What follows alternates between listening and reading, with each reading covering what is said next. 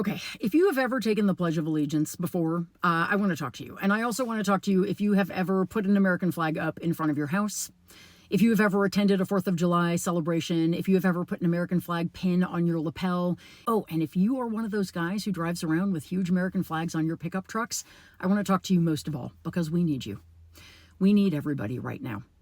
If you have ever felt any sense of allegiance to our country, even with all of its flaws, if you believe that you are a patriotic American, I want you to understand that where we are right now is probably the most dangerous moment this country has ever faced.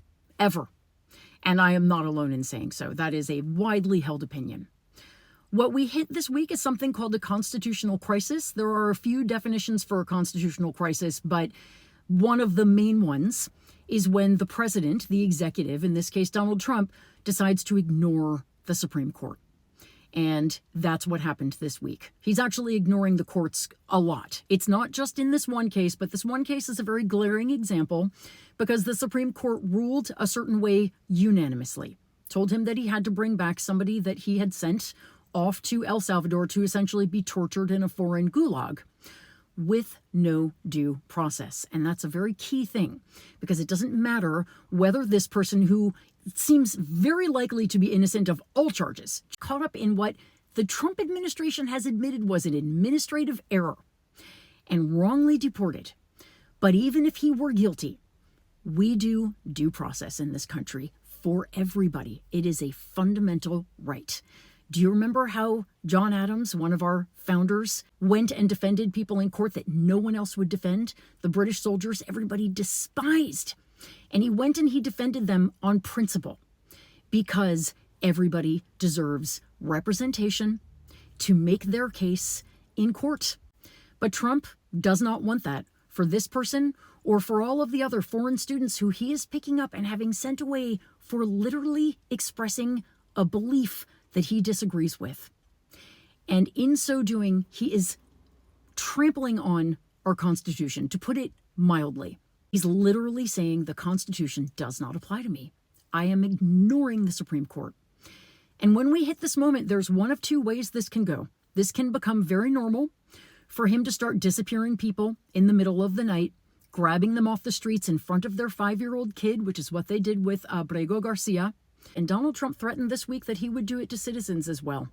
And before you say, well, that's not going to apply to me, I'm a law-abiding citizen, so was this guy.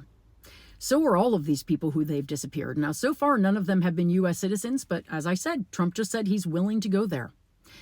And if you think that you are going to be exempt from that, what about somebody you love? What about your teenager? What if they post something stupid on social media? Do you think they're going to be safe if Trump has declared that there is no due process for anyone?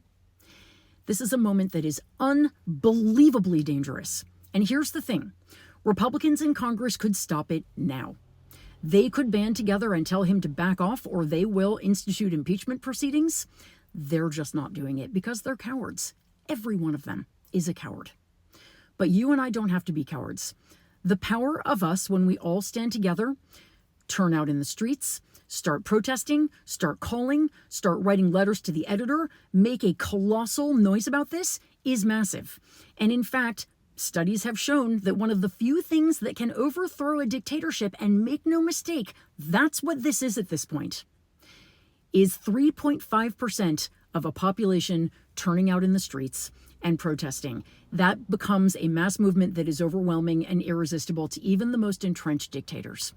So all I am asking you to do is to go to the 5051 website and look for a protest and go. Or go to the Tesla Takedown website and look for a protest and go. Or join Indivisible. Or get active. I've heard that lots of people have not done something like this yet because no one has asked them to. I am asking you to. This democracy has survived for 250 years and it is hanging by a thread. We are the thread. So we either get loud now and fight this, or this is done. The American experiment is over.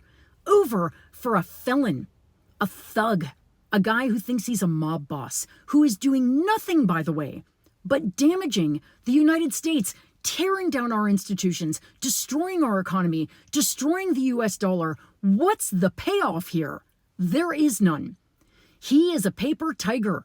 He is nothing but the power we invest in him. So stop investing power in him. He has nothing but hatred for freedom, for you, for voters, for democracy, for fairness, for anything we say we value when we hold up that American flag. So for God's sake, remember your Pledge of Allegiance and live up to it now. And ask a friend to as well. Those American flags are not just symbols, they mean something. We have to stand up for them peacefully now. Now or never. I mean it. Please join us. Thank you.